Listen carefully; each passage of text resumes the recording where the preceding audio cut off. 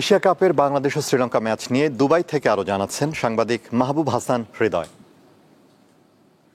সংযুক্ত আরব আমিরাতে আপনারা অবশ্যই জানেন আজকে বাংলাদেশ বনাম শ্রীলঙ্কার যে টি-20 ম্যাচ, টি-20 এশিয়ান কাপ ম্যাচে আজকে যে খেলাটি অনুষ্ঠিত হতে যাচ্ছে সেটি হচ্ছে সংযুক্ত আরব আমিরাতের রাজধানী আবুধাবি শেখ জায়েদ। ওয়ালটন এখন দেশের সীমানা পেরিয়ে পৌঁছে গিয়েছে 50টিরও বেশি দেশে। ওয়ালটন, ঘরে ঘরে বিশ্বজুড়ে। এটি স্থানীয় সময় 6:30 এবং বাংলাদেশ সময় 8:30টায় অনুষ্ঠিত হবে এই খেলাটি।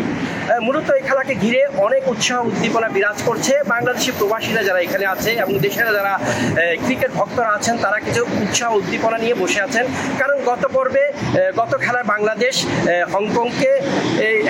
হংকংয়ের বিরুদ্ধে কিন্তু জিতেছিল। আজকেও সেই ধারাবাহিকতায় খেলতে যাচ্ছে।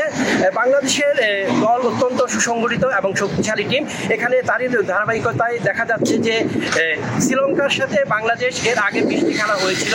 20টি খেলার মধ্যে 12টিতে শ্রীলঙ্কা জিতেছিল এবং বাংলাদেশ শেষ 5টির মধ্যে 3টি জিতেছে।